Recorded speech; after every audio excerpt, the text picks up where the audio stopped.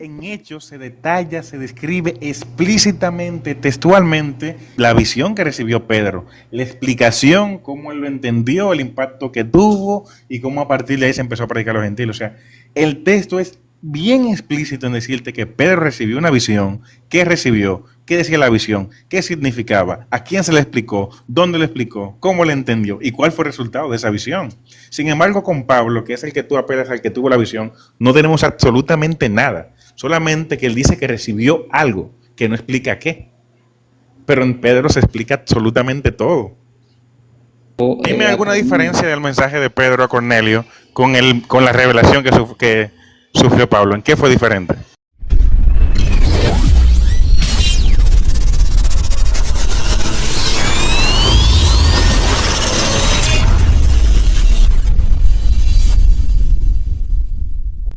¿Usted lo leyó? Hechos 10 a partir del verso 34. Entonces Pedro, abriendo la boca, dijo, en verdad comprendo que Dios no hace excepción de personas, sino que en toda nación se agrada del que le teme y hace justicia. Dios envió Exacto. Hacer a los hijos justicia de Israel. se refiere a obra. Sigue. A ver. Dios mandó por medio de Jesucristo, este es el Señor de todos. Vosotros sabéis que se divulgó en toda Judea, comenzando desde Galilea, después bautizó y predicó Juan, como Dios ungió al Espíritu Santo con poder, Jesús de Nazaret, que anduvo haciendo bienes, sanando a todos los oprimidos por el diablo, porque Dios estaba en él. Este se levantó al tercer día e hizo que se manifestase, no todo el pueblo, sino los testigos que estaban con él. Y nos mandó a predicar para que testifiquemos que Dios ha puesto como juez vivo a los vivos y los muertos. De esto dan testimonio todos los profetas y todos los que creyeron en él recibirán perdón por los pecados en su nombre. ¿Qué se diferencia con la gente que le predica a Pablo? Por ejemplo, Pablo le predica a un carcelero y lo único que le dice es, cree en el Señor Jesucristo y serás salvo tú y tu casa. O sea, Alvis, no le habló de que tenía que hacer justicia ni había que temerle a Dios. Alvis, Solamente le dijo, cree y serás salvo. Alvis. No se puede tomar un hecho aislado y presentarlo como que es la norma. Tú tienes en Lucas 23 el ladrón en la cruz. ¿Qué requisito le pidió Jesús a ese ladrón? ¿Qué requisito le pidió Jesús a ese En la ladrón? cruz para ser salvo. No, él no le pidió nada. Él le dijo Eso no que significa de que Jesús no tuviera requisitos, porque cuando fue el joven rico, dijo, ¿qué tengo que hacer para que se le eterna? Jesús le dio un grupo de cosas. Incluso en las parábolas Jesús siempre daba cosas. Pero los datos aislados pueden hacerte llegar a una opinión equivocada de que Jesús no tiene ningún requisito. Como el leproso que fue y le dijo, doy gracias a Dios. Le dijo, tu fe te ha salvado. No le preguntó ni cómo se llamaba y lo salvó. Esos son eventos aislados que se pueden malinterpretar por el contexto. En sentido general, Jesús dictaba un grupo de normas y conductas que debían llegar a sus seguidores. Citar al ladrón en la cruz no hace la norma general de que Jesús no exigía nada. Claro que Jesús exigía. El contexto del ladrón en la cruz o del carcelero son eventos específicos donde no se dan detalles de qué pudo haber pasado, pero no son la norma de qué es lo que Pablo predicaba. Porque Pablo te dice en Efesios 2, 8 al 10, somos creados en Cristo Jesús creados en Cristo Jesús, justificados pues con Dios por gracia a través de la fe, no por obras para que nadie se gloríe, pero para hacer buenas obras. El hecho de que tú cites, que mira que al prisionero no le dijo nada, no indica de que ese sea el mensaje que daba Pablo, porque Pablo hablaba de una fe, una salvación a través de la fe, pero que estaba rodeada de obras, de acciones. Por eso Pablo dice en Romanos que pues pecaremos porque no estamos bajo sino bajo la gracia. En ninguna manera, porque lo que hemos vuelto a pecado, ¿cómo viviremos aún en él? Es decir, aunque él no le dijera nada al carcelero, según la narración, Pablo también exigía una conducta irreprochable. Corintios 7 te dice que él se encuentra entre un dilema, porque él no hace el bien que quiere, sino el mal que no quiere. Dice, miserable de mí. Es decir, él está hablando de que... sí, pero eso es él, eso es algo de él. No, yo no dije que sea de otra gente. O sea, lo que te digo es que él está hablando o apela a un cambio de conducta y los cambios de conducta se generan en acciones. El Evangelio de Pablo mandaba a la gente a portarse bien. La justicia que tú alcanzaste a través de Cristo tienes que mantenerla. Te pide una vida de obra. Por eso dice Pablo, porque todos pecaron y están destituidos. Bien, pero hay un grupo de acciones que se deben hacer posterior a la salvación, que es la reacción de aquel que es salvado. Porque él dice, ¿cómo tú vas a vivir aún en el pecado? Lo que te indica de que tú tienes que hacer un cambio de conducta. Dejar el viejo hombre, como dice Romanos 8, y actuar bajo la nueva naturaleza que se te dio. Entonces, al final es lo mismo. Sí, sí, o sea, no es lo mismo en el sentido de tú tal vez obrar por una gratitud o por tú entender lo que, la posición en la que ya tú estás, que tú obrar para decir, bueno, si haciendo esto es que yo muestro realmente que soy salvo, porque ahí es donde choca. No, recuérdate algo, o sea, una pregunta. Ujú. ¿Cornelio se iba a salvar por las buenas obras, sin aceptar a Jesús? No, no, es que El asunto con Cornelio que presenta un hombre piadoso que intentaba portarse bien, pero que no conocía el mensaje. Ese es el punto. Y Pedro le mostró el mensaje, que la salvación era a través de Jesús por la gracia. ahí es donde está el detalle, porque Pedro nunca le habló de Por gracia. eso, O pero sea, él le dijo, mira, Dios en verdad se agrada de gente que le teme y que hace justicia. O sea, Timoteo no estaba circuncidado cuando conoció a Pablo. cuando él lo conoció, no, Pablo fue que lo agarró y lo circuncidó. Ajá, ajá, Y- ajá. O sea, Timoteo tenía un grupo de requisitos, hacía lo que agradaba en justicia y estaba circuncidado. Seguía un grupo de ordenanzas, pero era con Pablo que andaba. No se supone que no debía hacer nada de eso. Ujú. Pero ya eso fue un asunto más tú sabes, A ver, según Pablo lo expresa, por que lo quería tomar y porque también tenía familiares judíos. pero a ver, o sea, estamos en una contradicción. Los dos estaban haciendo obras de justicia, tanto Timoteo como Cornelio. Pero a Timoteo, como no te conviene, bueno, no, lo que pasa es que Timoteo no lo hizo por eso, lo hizo por otra cosa. El punto Hombre, es lo mismo. Pablo Al lo final, explica. o sea, bien, pero también Pedro explica que la salvación que alcanzó Cornelio fue por gracia. Al final estamos hablando de lo mismo. Es una gracia y es la única forma en la que la gente puede salvarse. O sea, mientras yo veo algo que se refiere a obra de justicia y cosas, eh, involucra obra obligatoriamente. Yo te pregunto directamente, o sea, porque es que siempre se involucra obras, ese es el tema, Alfie. O sea, nunca hay una salvación sin obras, nunca la hay. O sea, entonces yo no sé, cuando tú dices que es por obra, siempre es por obra. Porque Pablo dice lo siguiente, somos creados en Cristo Jesús para buenas obras. Las obras nunca están fuera de la salvación. Pero tampoco complementan la salvación. Es Es que que no no la se trata de, completan. es que ese es el punto, no se trata de complementar. Yo no hablo de complementar. Las buenas obras son el resultado del cambio que ha dado Jesús en tu vida. O sea, Por eso las buenas o- obras no le valen a un fariseo. Porque no es para salvarte. Es porque es el resultado de que ya tú has sido salvado. Si no, estamos hablando de unas acciones mecánicas que se hacen por el rigor religioso y no por un cambio en la persona. Entonces, ujú. o sea, lo que te digo, estamos hablando de lo mismo. Por más bueno que fuera Cornelio, de acuerdo al punto de vista bíblico, no se iba a salvar si no era a través de la gracia.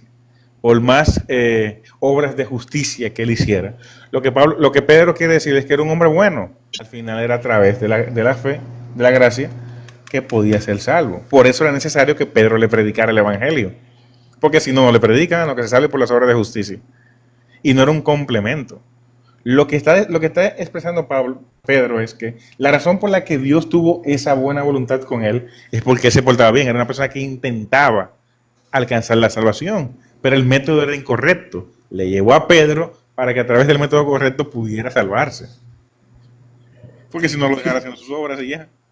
Pero el punto está, Pablo dice que a él fue que se le reveló, o sea, cómo se predicó de algo Pablo asume que se le reveló a él y él lo habla en Efesios 3.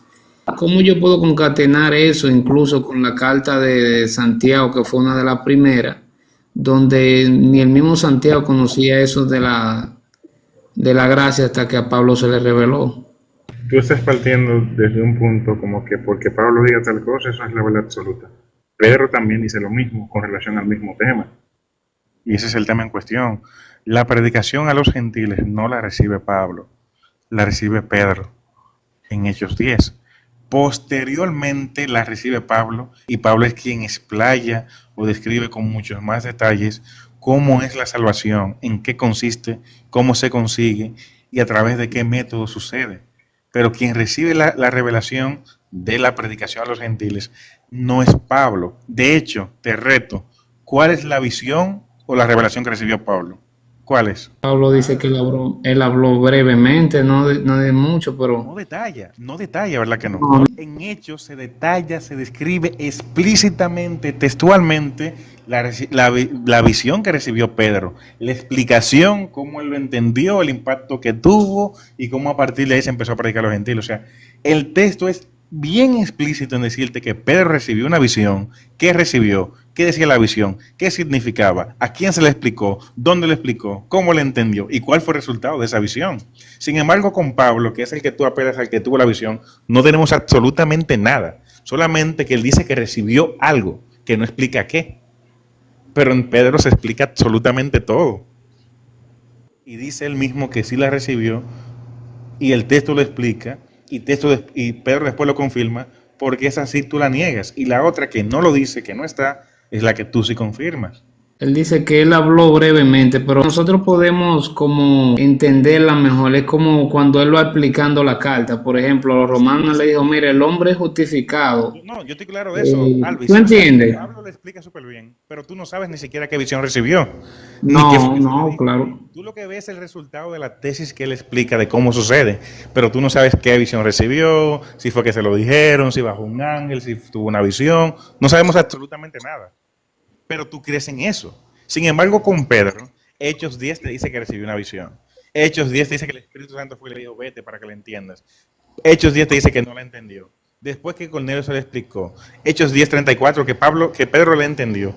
Después que la predicó. Y Hechos 15 te dice que repite, dice, yo tuve esta revelación de los gentiles y pasó esto y esto. O sea, el texto es demasiado explícito en decirte que Pedro recibió la visión, que se le mostró, y predicó a los gentiles. ¿Cómo fue esa predicación? ¿Cómo después se le explicó a Pablo? Pero en esa tú no crees. Y en la que no está, en esa tú sí crees. Pero la que está en el texto, esa tú dudas.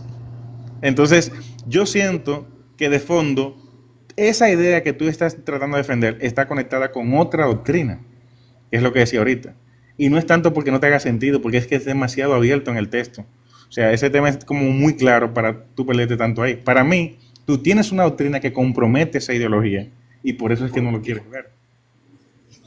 No, no, o sea, yo veo lo que tú me tratas de decir, o sea, porque lo veo en el texto, pero Ahora, si eh, yo me pongo exquisito, yo te diría, enséñame la visión de Pablo. ¿Qué fue que le dijeron? ¿Cómo fue que se le presentaron? Y no sabría qué decirme, porque no está. creo que Efesios 2, él explica un chin. En Efesios 2:11, cuando habla de los gentiles. Es que Pablo explica, sí, pero nunca describe qué recibió. Él solamente da una tesis de cómo es el proceso, pero no cómo él lo entendió. O sea, qué revelación, por qué medio, a través de qué método él tuvo esa comprensión. Nunca lo explica, ni siquiera se le da importancia. A lo que se le da importancia es a la de Pedro, que es la única que aparece. La que aparece, sí, si la visión que él tuvo es así, ¿no? Claro, ahí sí. En ese punto ahí te la doy. Mira qué dice Pedro. Pedro se levantó y dijo, varones hermanos, ustedes saben cómo ya hace algún tiempo que Dios escogió que los gentiles oyesen mi boca la palabra del Evangelio y creyesen. Y Dios, que conoce los corazones, le dio testimonio dándole el Espíritu Santo. Eso es Hechos 15. Pedro está diciendo que fue a través de su boca que llegó la predicación. Dice que incluso la confirmación fue el Espíritu Santo. O sea, no hay otra. Quien inició todo esto fue Pedro. Antes de la visión de Hechos 10, no hay predicación de los gentiles. No importa que Pablo fuera más popular, yo sé que sí. Pablo fue que se encargó de eso. Pero quien inició y quien recibió la revelación a los gentiles, según el mismo texto de Hechos 10 y de Hechos 15, dicho por la misma boca de Pedro, en frente de Pablo, es Pedro, no Pablo. Mm, sí, sí, en cuanto a ese gentil, sí, pero, o sea, yo te hablé de la condición, temeroso de Dios y No es todo a eso. un gentil, o sea, Pedro no habla de un gentil, él dice a los gentiles. Es que no es a uno en particular, está hablando de la condición de todos los gentiles. Él inició con Cornelio, pero no está hablando de uno en particular, es que la revelación se la dieron a él. O sea, tú estás tratando de reinterpretar el texto para que cuadre con tu postura, pero lo que dice, Dios escogió que los gentiles oyesen por mi boca la palabra del Evangelio, porque la discusión es los gentiles, no es solamente Cornelio. Empezó con Cornelio, pero la predicación ya había crecido, porque ya incluso en este contexto Pablo predicaba ya a los gentiles. Sí, pero si tú te vas al libro de Hechos, Pedro nunca tú lo ves que le predicó a los gentiles. O sea, él después en el capítulo 11, él da detalle de la visión. O sea, Hechos es que estoy leyendo. En Hechos, Pedro dice que sí, que él le predicó a los gentiles. Hechos 10 le predicó Sí, a los sí, gentiles. pero no sé si tú me entiendes. O sea, la única vez, y que cuando él fue allá ante Cornelio en el capítulo 10, él le dijo, miren, ustedes saben cuán abominable es para un judío meterse a la casa de un pagano, un gentil, Sí, y ahí le explicó y le dijo, y ahí le explicó y le dijo, entonces, pero después de ahí, Pedro nunca más le volvió a predicar, incluso en el capítulo 11, Alvis, es eh, que lo que tú mencionas ajá, fue antes de él entender la visión. Esa parte no fue antes de él entender la visión. Esa parte no cuenta porque Pedro no la entendía. Ese es el contexto previo a la comprensión de la visión. La visión él la comprende en el verso 34. A partir de ahí es que él empieza a predicar. Entonces todo el contexto de Pedro sí le predicó a ellos y a toda su casa. Capítulo 10. En el 15, estoy que de es Pedro acuerdo. nuevo que está, que la Biblia no sea muy detallada, no indica de que no le predicó. Lo que no se da el detalle porque para el autor no es importante el número, sino que la visión comenzó con él. Y te lo dice en el 10 y te lo dice en el Sí, él 15. llamó a la gente cerca de él, o sea, la Biblia es explícita, a la gente cerca de él y a sus familiares, no era de que todo el mundo, fue a gente cercana a él, Iniciaron con Cornelio. El mensaje se le delegó a Pablo posterior y fue el apóstol de los gentiles. Eso no está en discusión. El problema es que el texto deja muy claro que quien recibe la visión es Pedro. Lamentablemente el caso. El lienzo que habla Hechos 10 no era un lienzo con un animal, eran toda clase de animales que representaba a los gentiles. No solamente la casa de Cornelio, era todos los gentiles. Y luego cuando Cornelio le explica, a mí me mostraron el Señor que no llames tú como un inmundo a lo que Él ha limpiado. Él dice, ahora entiendo que Dios no hace excepción de personas. Él no está diciendo, ahora entiendo que Cornelio le cayó bien a Dios. No, es que Dios no hace excepción de personas. Dios ve a todos por igual. Es lo que dice después en el capítulo 15. En el capítulo 15, Pedro vuelve a decir exactamente lo mismo. Dice, ¿por qué tentáis a Dios poniendo sobre la cerviz los discípulos un yugo que ni vuestros padres ni ustedes pueden cargar? Antes creemos que por la gracia seremos salvos, de igual modo que ellos. No está hablando de una gente, está hablando de los gentiles. Todos vamos a ser salvos igual que ellos. Entonces toda la multitud oyó a Bernabé y a Pablo que contaban las grandes señales y maravillas que hacía Dios entre los gentiles. El contexto no es Cornelio ni su mamá, es los gentiles. Y Pedro dice, es que ellos y nosotros somos iguales. O sea, está tan claro, Alvis, que ni siquiera se entiende por qué hay una discusión sobre eso, porque es que el texto es muy claro. Yo solamente te leo, tú tienes que interpretar y decir, no, lo que pasa es que cosas que el texto no dice. No, porque fíjate, si tú te vas a Hechos 11, dice, oyeron los apóstoles y los hermanos de que estaban en Judea, que también los gentiles habían recibido la palabra de Dios. Cuando Pedro subió a Jerusalén, disputaban con él de lo que eran de la circuncisión. O sea, y ahí le empezaron a hablar porque ha entrado en casa de incircunciso y ha comido con ellos. Porque Pedro, tú sabes, era un judío. Y comenzó Pedro a contarle por orden lo sucedido, diciendo, yo estaba en Jope y así.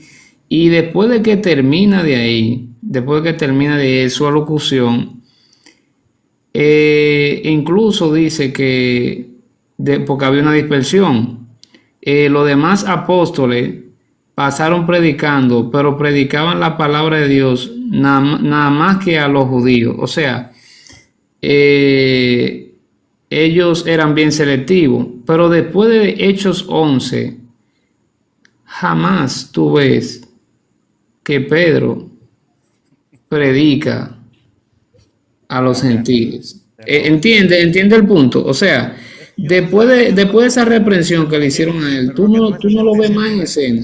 Sí, ya, Luis, ya te entiendo perfecto. Pero el hecho de que no se mencione con detalles después, más predicación a los gentiles, no significa que después no se haga.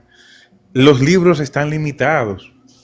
Por ejemplo, Jesús solamente iba a predicar o solamente hizo los milagros que describe la Biblia. Jesús hacía milagros y No, o sea, por predicaba. ejemplo, en la Biblia hay 26 milagros. Solamente esos 26 milagros hizo No, Jesús. no, no, no, claro que no. Entonces, o sea, tú estás limitado a la narración. El autor no está interesado en describirte paso por paso todo lo que hizo Pedro, porque recuerda que Hechos no lo escribió Pedro.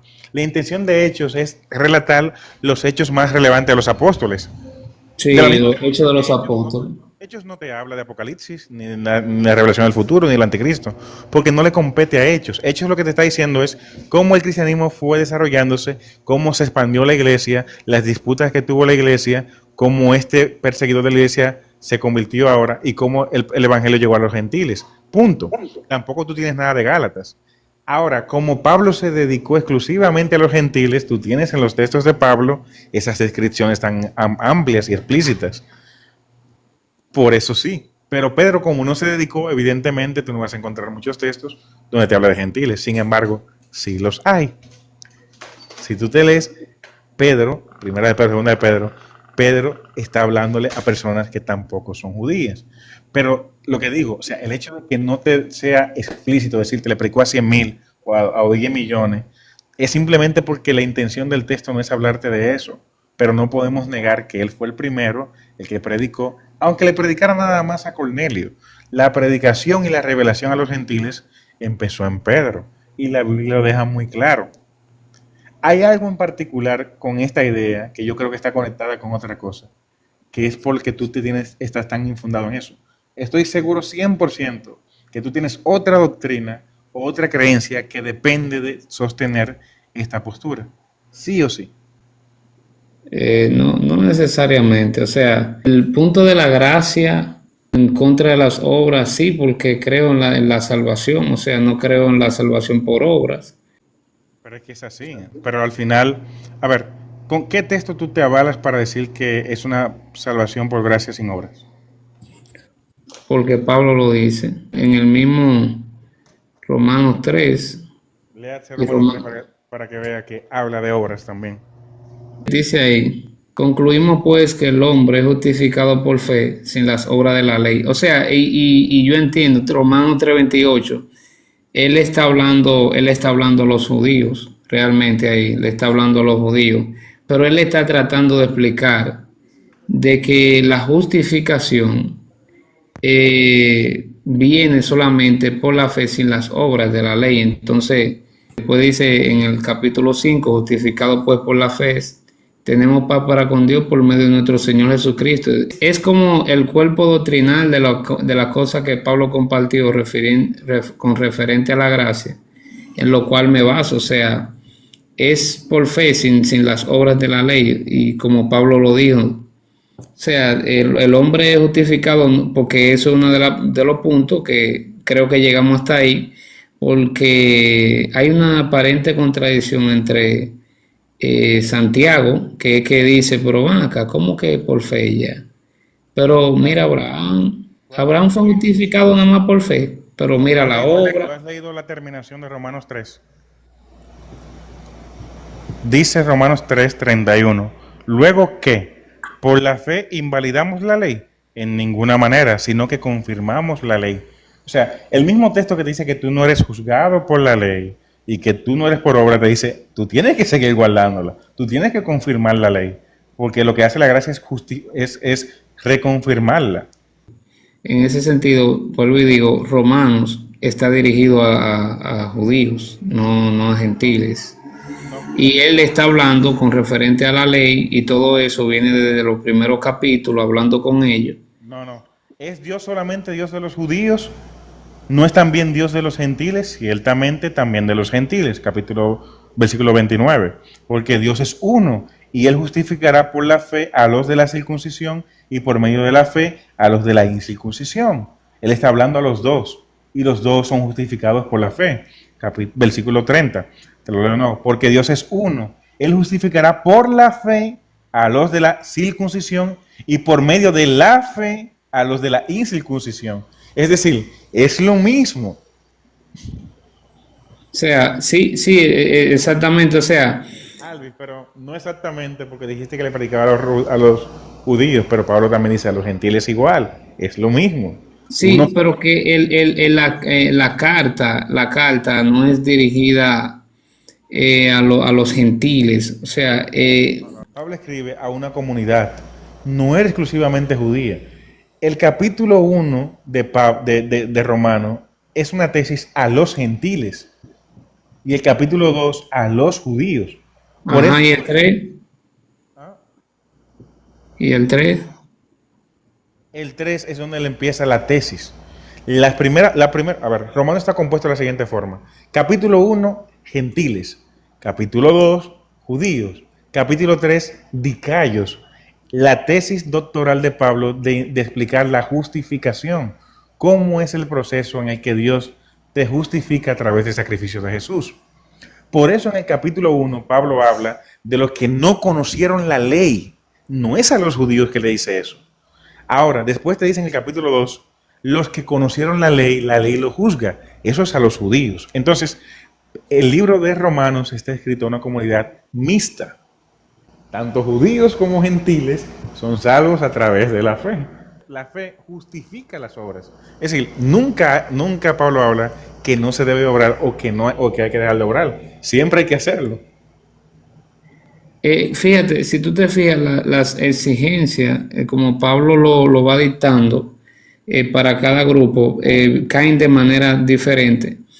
De una u otra manera, a los circuncidados como al incircuncidado, lo que lo une es la fe, o sea, en Cristo Jesús. Pero no es que, porque él habla también de que en el capítulo 2 creo que Dios va a dar vida eterna a los que perseverando el bien hacer buscan gloria, honra y inmortalidad. Inmortalidad. O sea, Romanos o 2:7. sea, o sea, realmente eso es el mensaje de la gracia, eso es gracia o con quién está hablando ahí, sabiendo Pero yo ya creo que yo quiero que de tú leas judío. el 9 también. Dice, primeramente al judío y luego al griego. O sea, él está hablando a los dos grupos. Pero la gloria, honra y paz lo hace bueno al judío primeramente y también al griego. Porque Dios no hace excepción de personas. Verso 11. O sea, todo el texto de Pablo, de Pedro, es la misma predicación para ambos. Y Pablo se lo deja muy claro. Dios no hace excepción de personas, tanto al judío como al griego. Pedro te dice lo mismo, judío y griego son lo mismo. Dios no hace excepción de personas. De hecho, Alfis, esta expresión que aparece acá, porque Dios no hace excepción de personas, ¿sabe dónde es que aparece por primera vez? Hechos 10:34. ¿Sabes quién dice esta frase que dice Pablo aquí? Pedro. Pedro.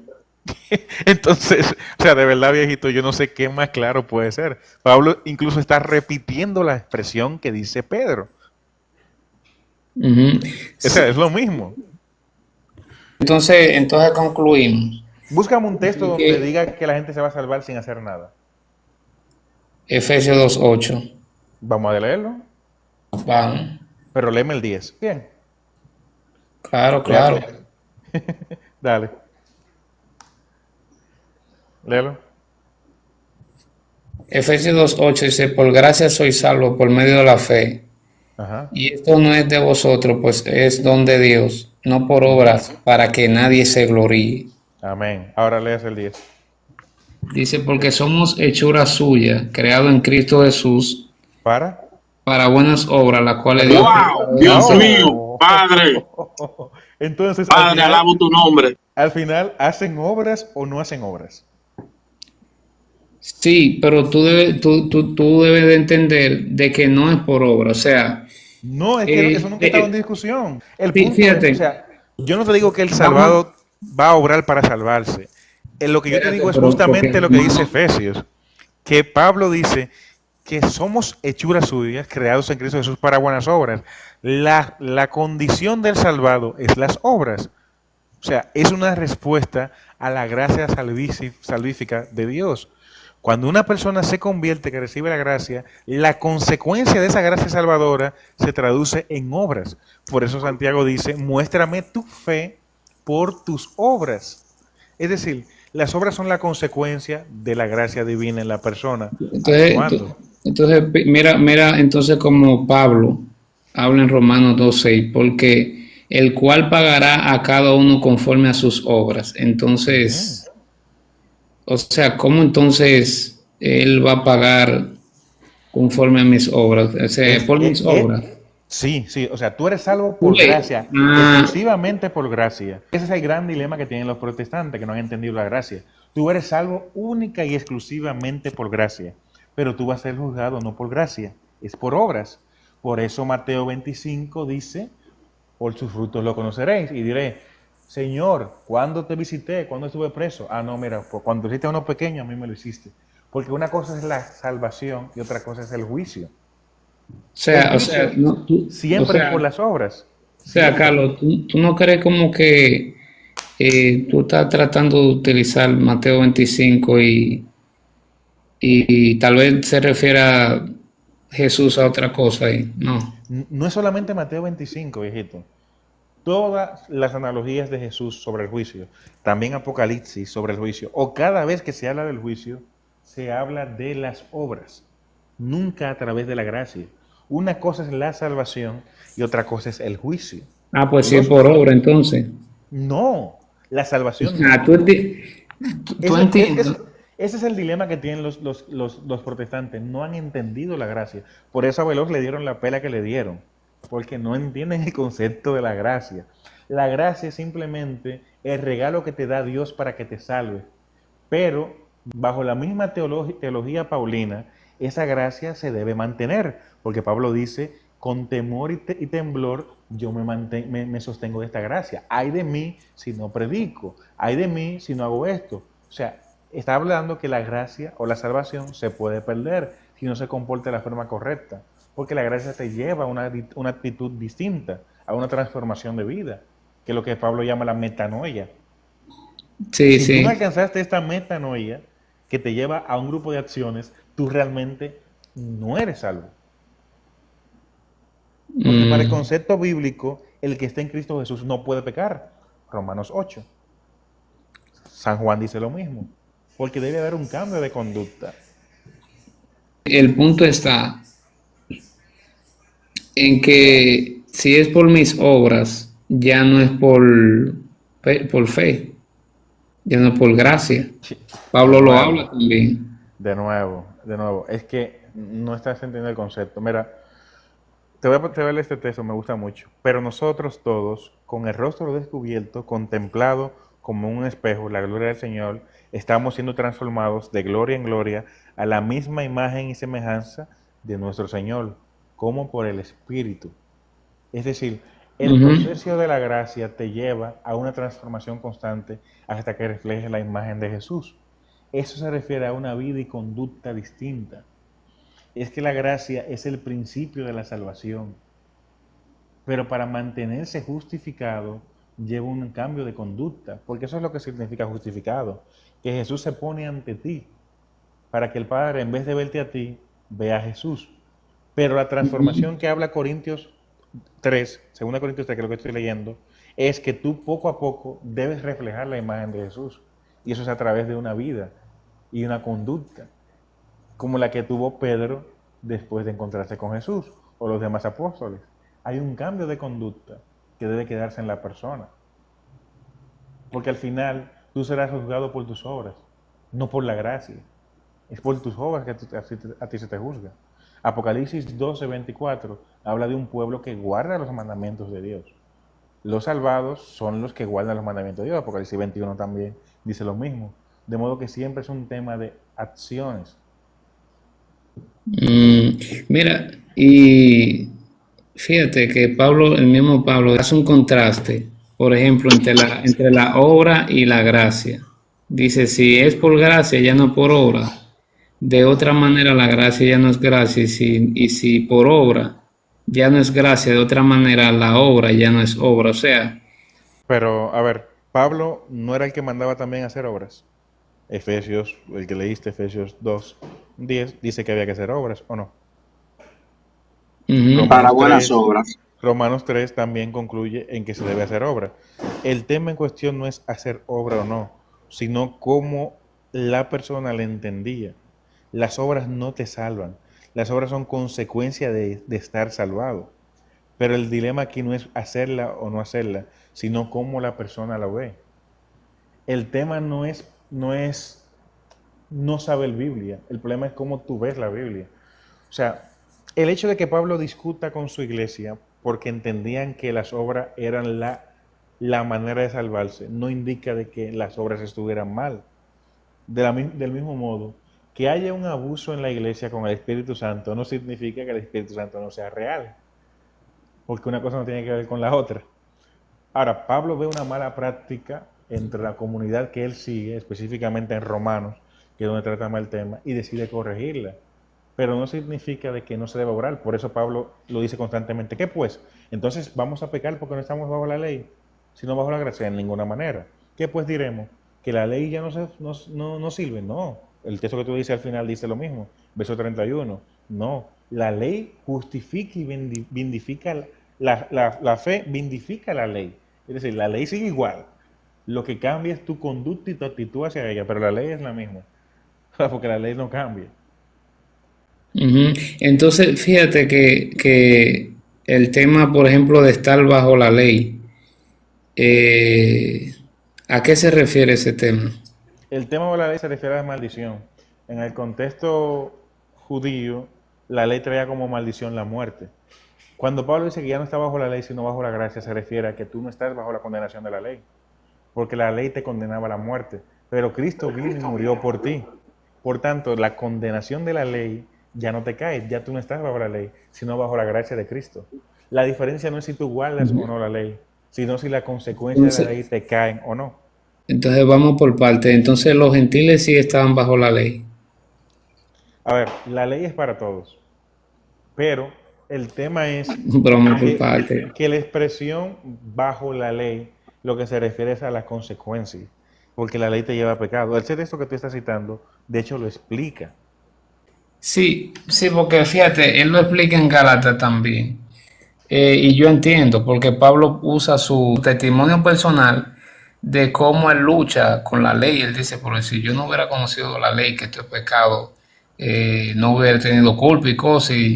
Y después entonces él habla de eso de bajo la ley, bajo la gracia. Yo te voy a hacer una pregunta a ti, pues tú me dejas a mí. Cuando Pablo Ok, dice lo mismo dale. En el mismo Romano 3, en el verso 31 dice, que la fe invalida la ley en ninguna manera, sino que la confirmamos. ¿A qué tú crees que se refiere? En ese versículo, Sí. Es la conclusión del que tú leíste. Al final sí, dice que no. el verso 31. Bueno, en su contexto, Pablo está hablando de que de la justificación por la fe, tanto de circuncisión e incircuncisión. Y por la fe invalidamos la ley de ninguna manera, sino que que confirmamos la ley. Porque, fíjate, Pablo eh, dice, o sea, ya es una apología, pero Pablo, estoy tomando el texto de Gálatas, cuando él dice que la ley sirvió como un ayo para llevarlo a Cristo, para No, pero reservarlo para la fe. eso es otro texto. O sea, que lo que quiero entender es qué tú comprendes del texto del verso 31 cuando Pablo dice que la fe confirma la ley. La confirma la ley porque la ley cumple el propósito por el cual tenía o fue el ayo No, no, de no. los El judíos. texto dice explícitamente la reconfirma. O sea, él dice, mira, no hay que guardar, no estamos bajo la ley, sino bajo la gracia. Pero dice, ahora, esta fe reconfirma la ley. O sea, lo que te digo es que el texto te deja claro que no hay ningún cambio en la ley. Al contrario, la fe la confirma. Sí, pero ¿cómo, o sea, cómo la confirma? De que sí, de que hay que guardarla toda, que estamos bajo la... Sí. Ese es el punto, que hay que guardarla todo. O sea, la fe lo que hace es confirmar que hay que guardarla. Porque ese es el tema. O sea, el juego con Pablo no es que tú vas a guardarla o no vas a guardarla, sino que ya tú no estás bajo la consecuencia de la ley. Guardarla Mm, nunca cambia. Mm, entonces vamos por partes porque es bien interesante. Entonces nosotros tenemos que guardar toda la ley. Ajá. La verdad es que yo Eh, creo que lo que está mal es tu concepto de la ley. Porque hay tres cosas que se le llama ley. Se le llama ley a los 10 mandamientos. Se le llama ley a todo lo que tiene que ver con las ordenanzas que le dieron al pueblo de Israel. Y se le llama ley a toda la Torá. ¿A cuál de esas leyes es que Pablo está hablando en Romanos? Cuando Juan dice en Juan 14:15, si me amáis, guardad mis mandamientos. ¿Qué es eso? si me amáis, guardad mi mandamiento. Dice Jesús en Juan 14:15. O el mandamiento que él le había dado. ¿Y qué es un mandamiento? Es una ley. Ah, entonces, ese es el tema, que la gente cuando habla de ley lo que se quiere ir directamente al sábado. O sea, Sí, no hay problema con ninguno de nosotros. O sea, al final es un tema de incomprensión. De hecho, Pablo explica cuáles leyes ya no tienen sentido. sí, Por exacto. ejemplo, en Colosenses 2:16, Pablo está en contra de las fiestas ceremoniales. Ujú. Entonces, el tema aquí es que Pablo está hablando de los mandamientos específicamente. Y eso nunca se ha prohibido. De hecho, en toda la Biblia, en el Nuevo Testamento, se habla de la observancia de los mandamientos. Guarda los mandamientos, le dijo Jesús al hombre rico. Si me amáis, guardad mis mandamientos. Y también en Primera de Juan, el que ama a Dios, guarda la ley. O sea, todo siempre guardar la ley. Apocalipsis 12:14, el pueblo de Dios guarda los mandamientos de Dios. O sea, Ujú. eso nunca está fuera de. Porque precisamente de eso, bíblicamente de eso trata la salvación. O sea, Jesús te reconcilia con el Padre, pero la expresión reconciliar no es que ya tú entras de volado, es que ya tú vuelves al estatus que tenías antes del pecado. Y antes del pecado habían reglas. Tú has leído primera de Pedro 3:15, que dice que Pablo escribió cosas difíciles de entender, la cuales los indoctos tuercen. Ujú, ujú. ¿A qué tú crees que se refería? ¿Qué tú crees que la gente no entendía de Pablo? Esos conceptos de la ley. Ah, Porque hasta el día de precisamente. hoy. Precisamente. Si Pedro, que creía en la obediencia de la ley, dice que la gente torcía lo que decía Pablo, entonces es obvio que el tema está en que mucha gente pudo malinterpretar lo que Pablo decía para decir que no hay que guardar nada, lo que vemos hoy día. A Pablo siempre se conoce en la teología como el incomprendido. Porque Pablo habla y hace una tesis y después hace una antítesis. Y la gente no se da cuenta cuando haces la antítesis y se queda con la primera parte. Dice, no, yo no estoy bajo la ley, sino bajo la gracia. Pero después Pablo dice, y lo que hemos muerto de pecado, ¿cómo viviremos aún en él? O sea que Pablo no está diciendo que hay que pecar mucho. Igual que, por ejemplo, con el tema del don de lenguas, Pablo dice, el que habla lengua habla a los hombres, no habla a los hombres sino a Dios, porque nadie le escucha. Y después contradice esa primera parte cuando dice, pero el que predica edifica la iglesia. Pablo no está diciendo, no cree eso que dijo al inicio. Esa es la tesis que tenían ellos y luego la contradice. Entonces, a veces con Pablo tenemos ese problema de que citamos a Pablo para decir algo que Pablo realmente estaba contradiciendo o confrontando, no como su punto de vista. Porque Pablo habla de la ley y de la obediencia. Ujú. Como te Sí, decía, o sea, Romanos realmente es complicado, porque Romanos se maneja en forma de tesis. Pablo hace un planteamiento y después lo contradice para llegar a una síntesis. La tesis es la ley hay que guardarla. La antítesis, Cristo nos salvó. La síntesis es Cristo nos salvó y eso nos lleva a una vida de obediencia ahora a Él. sí, Entonces, ese es el tema complicado con Pablo. sí, pero siempre estará la duda o el punto entonces de si la salvación no es por las obras, entonces ¿por qué se me va a juzgar a mí por las obras? Por lo que te digo, o sea, las obras son las consecuencias de que Jesús te salvó. Si no te transformaste porque realmente nunca recibiste esa gracia. O sea, por eso Jesús dice, eh, muchos miran aquel día, Señor, bautizamos en tu nombre, hicimos tal cosa. Y él dice, nunca os conocí. Apártense de mí, hacedores de maldad. Esa expresión, hacedores de maldad, es quebrantadores de la ley. Ujú, O la ujú. palabra que aparece específicamente es adonía y adiquía. Adonía y adiquía se refiere a que no se guarda la ley. Es decir, Ujú, que sí, son unas ley personas que lawless, dicen creer en sí. Dios, pero que su actitud lo lleva a hacer otras cosas. Entonces, Ujú, sigue siendo un tema de obediencia realmente. ujú. Pero suponiendo o entendiendo que Jesús está hablando del reino y está hablando realmente en su tiempo a su gente, ¿cómo entonces lo traemos para acá? ¿Cómo tú llegas a esa conclusión de traerlo para acá y eso es lo que él va a aplicarle a todo el mundo? El pueblo de Dios guarda los mandamientos de Dios. ¿Qué decimos? O sea, nosotros somos el pueblo de Dios. Claro que sí. Romanos 11 te dice que de los dos pueblos hizo uno. Hay un solo pueblo. No lo dice. Sí, le hace Romanos 11. Dice, digo pues, ha tropezado los de Israel para que cayesen en ninguna manera, porque la transgresión vino por la salvación de los gentiles, para provocarles celo. Si su transgresión es riqueza del mundo y su defección es la riqueza de los gentiles, ¿cuánto más es el plan de la restauración? Porque a vosotros, Pablo, gentiles, que porque yo soy apóstol de los gentiles, honro mi ministerio. Por, pero por si de alguna manera provoca a celos a los de mi sangre y hacerlos salvos a alguno de ellos, porque si, sin exclusión con la reconciliación del mundo, pues algunas ramas fueron desgajadas y tú, siendo olivo silvestre, has sido injertado en lugar de ellas, has sido hecho partícipe de las raíces y de la rica savia del olivio. No te jactes contra las ramas, y si te jactas, sabe quién sustenta tu raíz, sino que la raíz está en ti. En fin, el punto es que Pablo está colocando aquí a los gentiles en el mismo árbol donde están los judíos.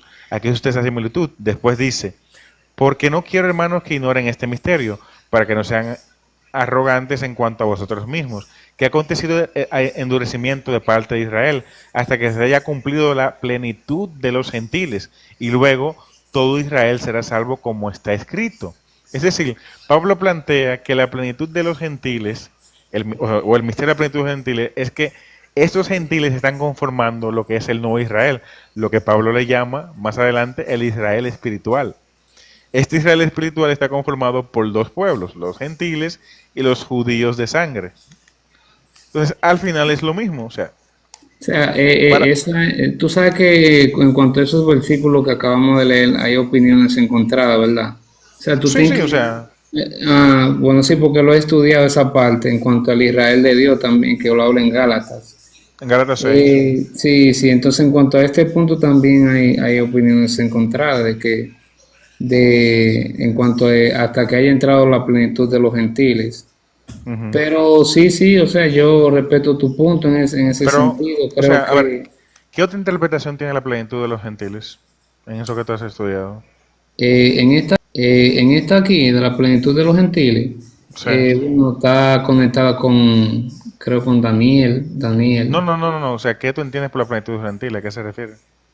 La plenitud de los gentiles, sí, eso mismo, o sea que es una eventualidad donde los gentiles no necesariamente se está hablando aquí de la salvación de ellos, sino de una eventualidad que es donde va a dar paso a que Israel entonces venga el libertador y lo liberte y todo eso, o sea, una Pero, eventualidad profética. pero ¿qué es la plenitud de los gentiles? Porque la palabra plenitud viene de pleroma, que significa completar. Sí, exactamente, cuando ellos estén como enfrente como rodeada por completa la ciudad de Jerusalén. No. La plenitud de los gentiles se refiere a completar el número. Por eso dice que todo Israel será salvo. O sea, lo que Pablo está hablando, lo que llama el misterio, de la piedad o el misterio de la salvación es que Dios completará el número salvado con los gentiles. Para Pablo, los gentiles que forman parte del cuerpo cristiano son las tribus perdidas. Ese es el tema de todo lo que dice Pablo. En la mente de Pablo, Pablo está predicando a las tribus perdidas. Y esas tribus perdidas son los gentiles. Mm, sí, pero es lo que te digo, o sea, en ese sentido, yo me inclino más como por la otra, por la otra interpretación, porque entonces los versículos más para abajo dice que luego todo Israel será salvo, y utiliza versículos que dice, vendrá el fin del libertador y apartará, y entonces ya tú sabes, quitará el pecado y todo eso. Pero Haciendo es esa justamente por alusión. eso. O sea, ¿cómo todo Israel será salvo si él más para arriba dijo que muchos de ellos no quieren creer y que le ha caído de maldición? Pero al mismo tiempo todo Israel será salvo. Precisamente por el misterio que él habla. La plenitud de los gentiles es la confirmación de que todo Israel será salvo. Pero ese Israel no es el literal. Es el espiritual que está conformado por los dos pueblos. Por eso cuando la plenitud de los gentiles se cumpla, ya todo Israel será salvo. Porque todo Israel será salvo. Porque lo está conectando justamente con el pueblo. mm, Bueno, en ese sentido, o sea, O sea, tú no tienes entiende, dos iglesias, tú no tienes dos ciudades. O sea, lo que desciende del cielo es solamente una ciudad, la Nueva Jerusalén. Ahí van a vivir tanto gentiles como judíos. El número de los salvados está conformado por personas de diferentes tribus, ¿verdad? Pero con el nombre de los apóstoles. Y tú entras por una de esas puertas, por una de las dos. Si tú ujú, entras, es por una de las puertas y tiene el nombre de un gentil, de un judío. Entonces, la plenitud de los gentiles, como Dios, a través del misterio que Pablo habla, te convierte en un judío, porque quien será salvo es Israel, es lo que plantea Pablo. Ningún israelita, nadie que no sea israelita no se va a salvar, esa es la realidad. Entonces, como Jesús es el verdadero israelita, como dice Gálatas 3, y a través de Jesús es que tú eres simiente de Abraham, cuando tú aceptas a Cristo, entonces tú eres un judío. ujú. Bueno, vamos a leerlo. O sea, tú dices que somos judíos. Sí, dice. Ajá. Dice, ahora, a Abraham fueron hechas las promesas y a su simiente. No dice a sus simientes como si hablase de muchos, sino de uno. Y a tu simiente, la cual es Cristo. Esto pues digo, el pacto previamente ratificado con Dios para con Cristo, la ley que vino 430 años después, no la abroga para invalidar las promesas, porque si la herencia es por la ley, ya no es por la promesa. Pero Dios concedió a Abraham mediante la promesa. Entonces, ¿para qué sirve? Todo un disparate, disparate, disparate. Después dice, porque todos hemos sido bautizados con Cristo.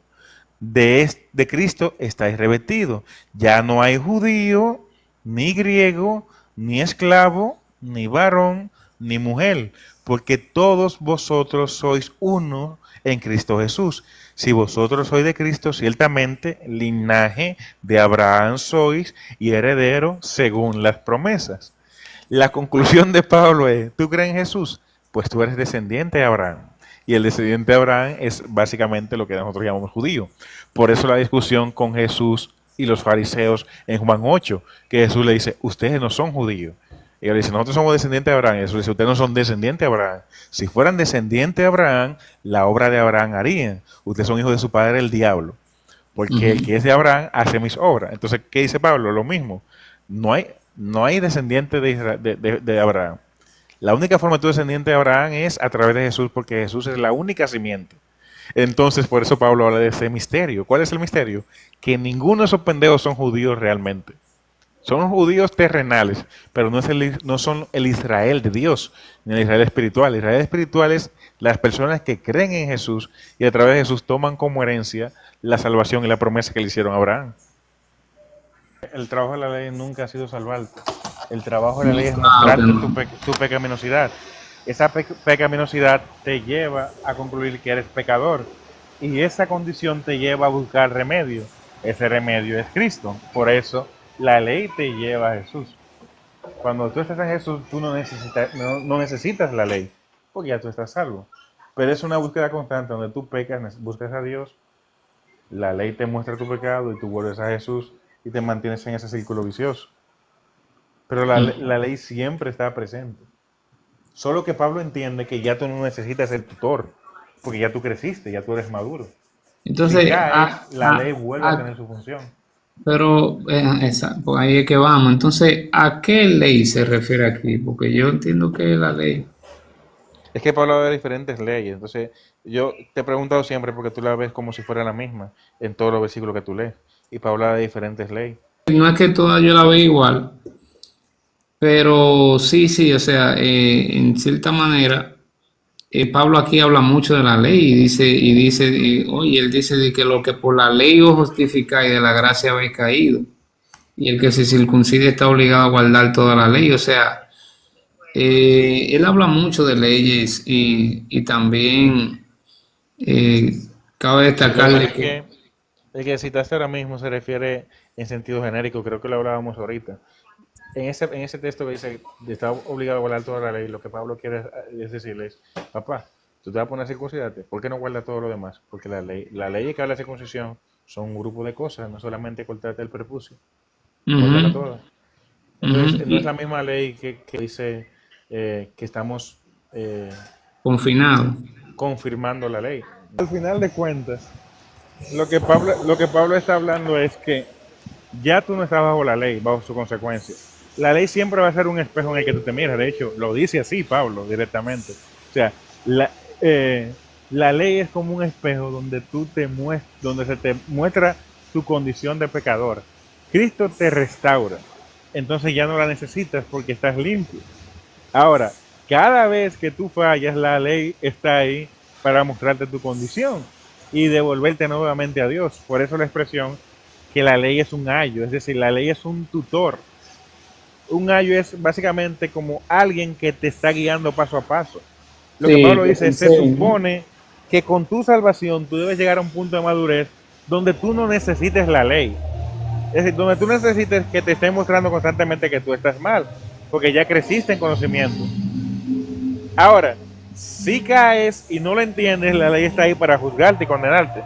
Fíjate en algo, Alvis, o sea, cómo tú trataste directamente el sábado. O sea, no es que no tenga sentido, es que el problema de fondo está en el sábado. Tú no me hablaste de robar, ¿verdad que no? Ni de hablar mentira, ni de tratar bien a tu padre y a tu madre. O sea, tu problema es directamente el sábado. No, Pero, no o sea, realmente, porque los sábados yo no hago nada y no es por eso, sino porque, o sea, esa es la yo no hago nada, conversación. brother. De hecho, cuando yo era adventista que hablaba con las personas, o sea, notaba de que el problema no eran los mandamientos. La gente no tiene problema en guardarlo ninguno. El problema es el sábado. No, Ahora te pero decía, tal vez es tal vez como un prejuicio el yo saber tu trasfondo. Yo dije, por ahí es que él quiere llegar y te tire esa ganzúa. pero es Pero que no yo es no que creo, realmente, tú yo no entiendes, no es creo que que la iglesia, realmente, bíblicamente yo no creo que la iglesia deba guardar el sábado. Yo no lo creo. Ahora, si soy coherente, tendrían que. Tendrían que. Pero sí noto que en el Nuevo Testamento el sábado no se hace alusión directa. Al parecer a la iglesia primitiva no le importó.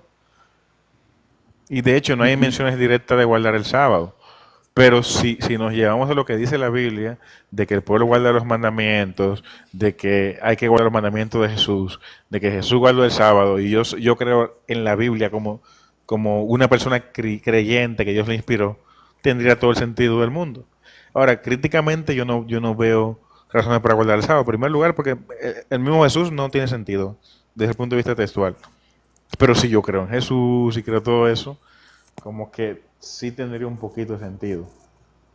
ujú. Igual que el tema de los animales.